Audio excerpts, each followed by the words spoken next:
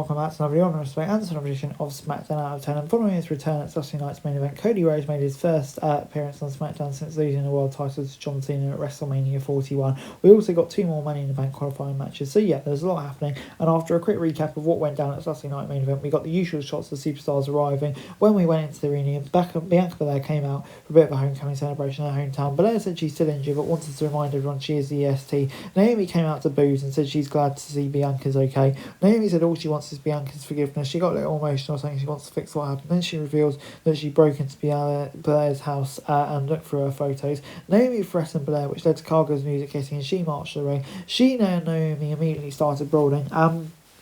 This led to the Money in the Bank qualifier, which also included Jax.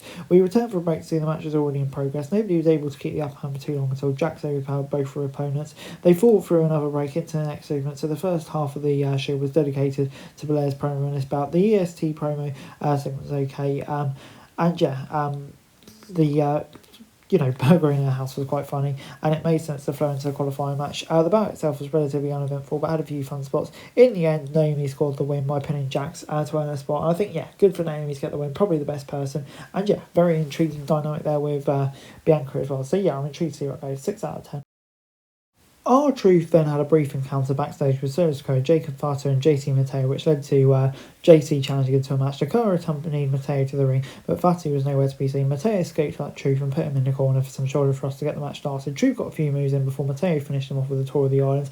This was short, and Jimmy Uso showed up at the square before getting taken down, which upset the Logo because he wants Mateo in the fold. So yeah, an intriguing little story, and yeah, just an entertaining Truth squash segment. So yeah, 5 out of 10. Los Garza then took on Javon Evans and Rey Fenix. Montez Ford and Dawkins came out to the ring and gave a quick promo about leading the charge for the SmackDown Tag Division, but they were soon joined by Fraxium. Saban and Shelly showed up, and so did DIY with LeRae. Wyatt Six arrived and took out everyone in the ring. After a break, one of the only teams that didn't get taken out by the Wyatts was in action when Angel and Berto took on Evans and Rey Fenix. All 4 of these men will be in the ring at Worlds Collide, so the announcers were hyping the event. Phoenix and Angel started with an exchange of strikes, but quickly picked up the pace to incorporate fast-paced action.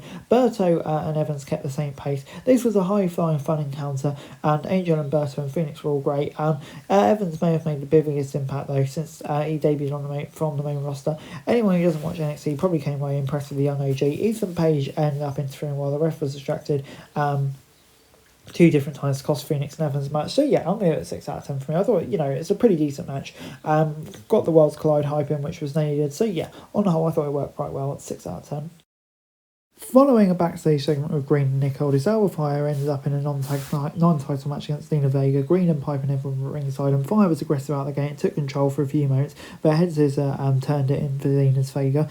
Vega had Fire in position for 619, but was trapped by Niven, while Green distracted the ref. And we returned from a break to see the US champ beginning to make a comeback. While this match didn't have any notable bad moments, it also didn't feel spontaneous or surprising. Just about every move and story could be predicted, and it followed a similar pattern. After Green almost made her nose injury worse, Vega hit the Code Red on Fire to get the pin and win. So it's so right, I suppose, but yeah, it just didn't really stand out. I'll give it 6 out of 10.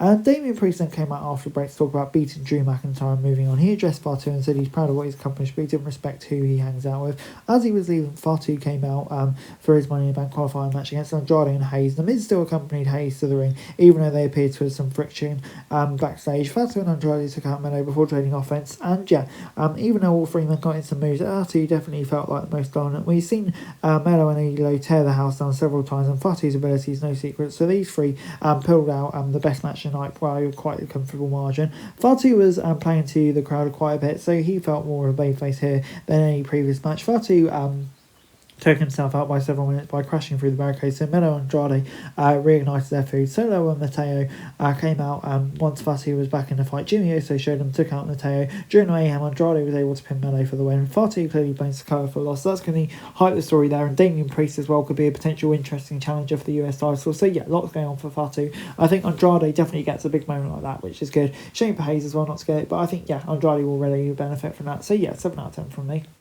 The final segment of this week's show was Rhodes and Cena meeting face to face, but Cena came out. Cody had a little time with the crowd.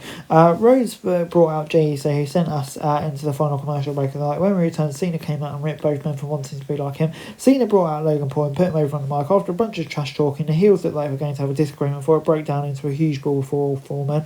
The both faces beat out the heels to send the crowd home happy. This is definitely longer than it needs to be, but was fine for what it was, and intriguing given the people involved. And overall, SmackDown gets a 6 out of 10 from me. I thought, it was a pretty decent episode of SmackDown this week. Gets a 6 out of 10 from me. I thought, the men's Money in the Bank qualifier was really decent. Some other bits on the show that worked quite well, and some bits I'm not so sure about. But I thought, on the whole, a middling SmackDown, kind of what you get with the 3-hour show. That's it for this video. Thanks very much for watching. Remember to like, share, subscribe. Follow us on our socials. Link in the description below for daily wrestling news, meme, and content. Subscribe to our other channels on screen right now. That'd be greatly appreciated. Thanks very much for watching. Peace out.